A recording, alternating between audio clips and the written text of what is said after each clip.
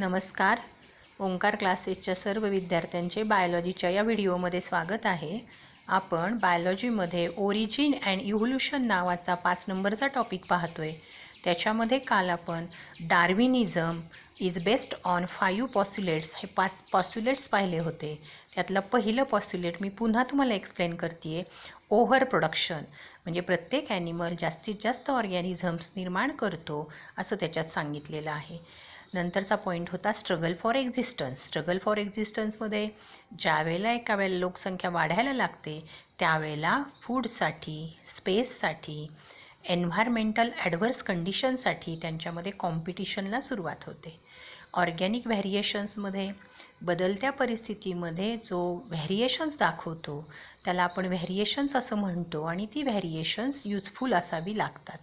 Natural सिलेक्शनमध्ये जी useful variations आहेत त्याला nature select करतो आणि ते पुढच्या पिढीमध्ये ट्रान्समिट करतो असं आपल्याला सांगितलेलं होतं.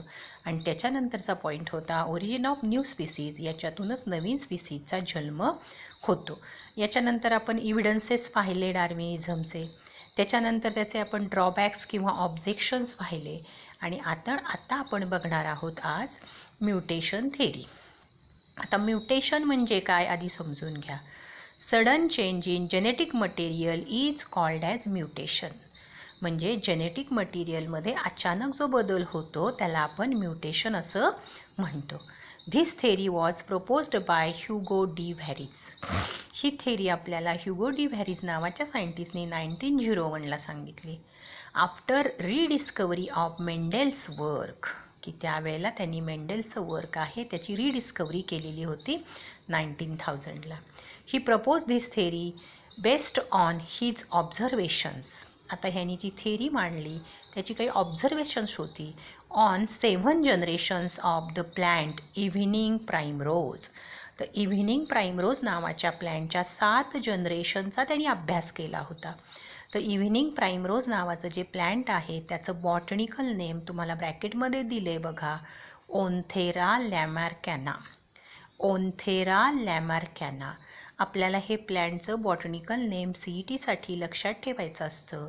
याच्यावरती कुणी अभ्यास केला हे लक्षात ठेवायचं असतं आणि त्याचं दुसरं नाव काय कॉमन नेम हेही लक्षात ठेवायचं आणि किती जनरेशन अभ्यास केला हेही लक्षात ठेवायचे. असे वेगळे वेगळे CETचे प्रश्न असतात. He found that though most of the offspring resembled their parents in many character. त्यांनी असं ऑब्झर्व केलं मोस्ट ऑफ द ऑफस्प्रिंग जे आहेत हे पॅरेंटसारखेच आपल्याला बऱ्याचशा कॅरेक्टरमध्ये दिसत आहेत. Some of the offspring shows appearance of sudden or spontaneous variation. मात्र त्यापैकी काही ऑफस्प्रिंग जे आहेत त्यांच्यामध्ये सडन म्हणजे अचानक, स्पॉन्टॅनियस म्हणजे अचानक व्हॅरिएशन्स आपल्याला बघायला मिळतं. Clearly different from phenotypic expression of parent. आता इथं काय म्हटलं आहे, they are different from phenotypic expression. आता फिनोटायपिक हा शब्द पहिल्या टॉपिकमधला आहे म्हणजे जेनेटिक्समधला जो 3 नंबरचा टॉपिक आहे त्यातला. तर फिनोटाईप म्हणजे काय मी आता तुम्हाला आधी सांगते. फिनोटाईप म्हणजे एक्सटर्नल ॲपिअरन्स ऑफ इंडिव्हिज्युअल, त्याला आपण फिनोटाईप असं म्हणतो. ही एक जेनेटिक कन्सेप्ट आहे. आता फिनोटायपिक म्हणजे एक्सटर्नल कॅरेक्टर त्याचे पॅरेंटपेक्षा वेगळे बघायला मिळाले. This sudden variations were called mutations or discontinuous variations. आणि ह्या जे वेगळे कॅरेक्टर आले त्यालाच त्यांनी म्युटेशन ऑर डिसकंटिन्युअस व्हॅरिएशन्स म्हटलं. The variant offspring produced variants and not normal plant. जे व्हेरिएबल कॅरेक्टर असणारे ऑफस्प्रिंग होते त्यांनी जे पुढचे ऑफस्प्रिंग तयार केले त्यांच्यामध्ये सुद्धा वेगळीच कॅरेक्टर बघायला मिळत होती. That is the changes were inheritable. याचा अर्थ एका पिढीतून पुढच्या पिढीमध्ये ही कॅरेक्टर जात होती. He also observe that some variant also produce more variations. आणि मग अजून त्यांच्या असं लक्षात आलं की काही व्हॅरियंट जे आहेत वेगळे असणारे अजून जास्त व्हॅरिएशन्स दाखवतात. He noted that these sudden changes are inheritable. मग त्याच्या असं लक्षात आलं की ही जी चेंजेस आहेत हे इनहेरिटेबल आहेत म्हणजे पुढच्या पिढीमध्ये जाणारे आहेत. And propose the mutation theory.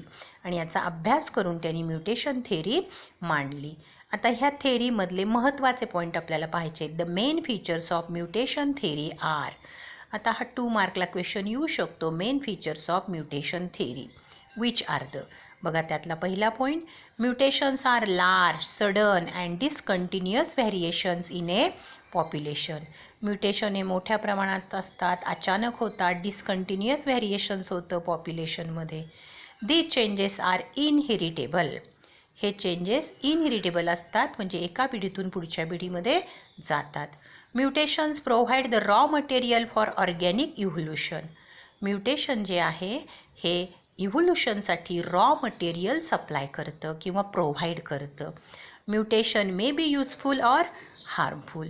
Mutation कदाचित युजफुल असतं, कदाचित हार्मफुल असतं. Useful mutations are selected by nature. आणि जी युजफुल व्हेरिएशन्स असतात, म्युटेशन्स असतात, तेच नेचरकडून सिलेक्ट केलं जातं.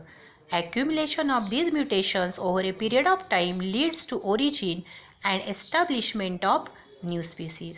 मग असे म्युटेशन होऊन ॲक्युम्युलेशन होत जातं कॅरेक्टरचं, म्हणजे कॅरेक्टर एकत्र येत जातात आणि त्याच्यापासून नवीन स्पीसीज जन्माला येते. Harmful mutation may persist or get eliminated by nature. Harmful mutation आहेत ते काय होतात, परसिस्ट होतात म्हणजे राहतात, किंवा इलिमिनेटेड बाय नेचर म्हणजे किंवा नेचरकडून त्यांना इलिमिनेट केलं जातं. इलिमिनेट करणं म्हणजे काढून टाकणं. याच्यानंतर बघा ऑब्जेक्शन्स टू म्युटेशन थेरी. आता म्युटेशन थेरीचे आपल्याला ऑब्जेक्शन्स पाहिजेत. पहिला point, the large and discontinuous variation observed by Hugo de Vries were actually due to chromosomal aberrations whereas gene mutation usually bring about minor changes. आता इथं समजून घ्या. The large and discontinuous variation असं त्यांनी सांगितलं, मोठ्या प्रमाणात आणि मधनाधनं घडणारी. ही ॲक्च्युली क्रोमोसोमल ॲबरेशन्स आहेत. क्रोमोसोमल ॲबरेशन म्हणजे क्रोमोसोममध्ये झालेला बदल, ॲबनॉर्मॅलिटीज क्रोमोसोममध्ये झालेल्या. व्हेअर ॲज, इथं वेअर झालं शब्द बघा, where as gene mutation usually bring about minor changes. मात्र फक्त जीन म्युटेशन झालं तर थोडासाच बदल बघायला मिळतो. Rate of mutation is very slow as compare to requirement of evolution. आपण इव्होल्युशनच्या प्रोसेसचा जर विचार केला तर रेट ऑफ म्युटेशन ही अतिशय स्लो अशी प्रोसेस आहे, की तेवढं म्युटेशन झाल्यामुळं इतक्या मोठ्या प्रमाणात इव्होल्युशन होऊ शकणार नाही. पुढचा point, chromosomal aberrations have little significance in evolution as they are quite unstable. आणि ज्या क्रोमोसोमल ॲबरेशन्समुळं व्हेरिएशन्स होत होती मोठ्या प्रमाणामध्ये, त्याला इव्होल्युशनमध्ये अतिशय थोडासा वाव आहे किंवा अतिशय थोडासा त्याचं महत्त्व आहे, कारण ती अनस्टेबल असतात. याच्यानंतर ऑलवेज रिमेंबर आपल्याला स्क्वेअर ब्रॅकेटमध्ये काय दिले बघा. According to Darwin variations are small and directional. Variations ही स्मॉल असतात, डायरेक्शनल असतात. Whereas mutations are large, sudden, random and directionless. Variation आणि म्युटेशनमधला इथं फरक आहे बघा. म्युटेशन्स ही लार्ज असतात, सडन असतात, रँडम असतात आणि डायरेक्शनलेस असतात. Darwin believed that gradual inheritable variations over a long period of time lead to speciation.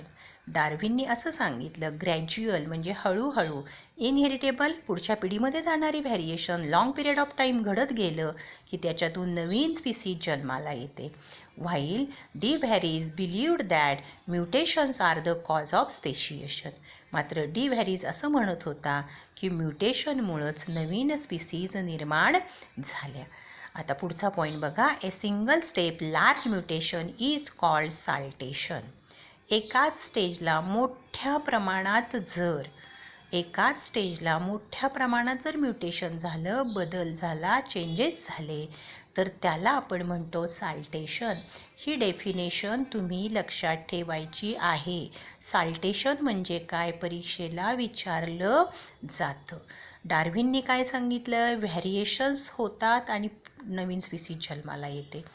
मात्र म्युटेशन थेरीमध्ये डी व्हॅरीज म्हणतोय म्युटेशन होतात आणि नवीन स्पीसीज जन्माला येते आणि सिंगल स्टेप लार्ज म्युटेशन जे होतं त्यालाच आपण साल्टेशन असं म्हणतो. आत्ता आपण फक्त म्युटेशन थेरी पाहिली, त्याचे सगळे पॉईंट्स तुम्ही लक्षात घ्या. जिथं जिथं MCQ सांगितले ते तुम्ही तयार करा. थँक्यू.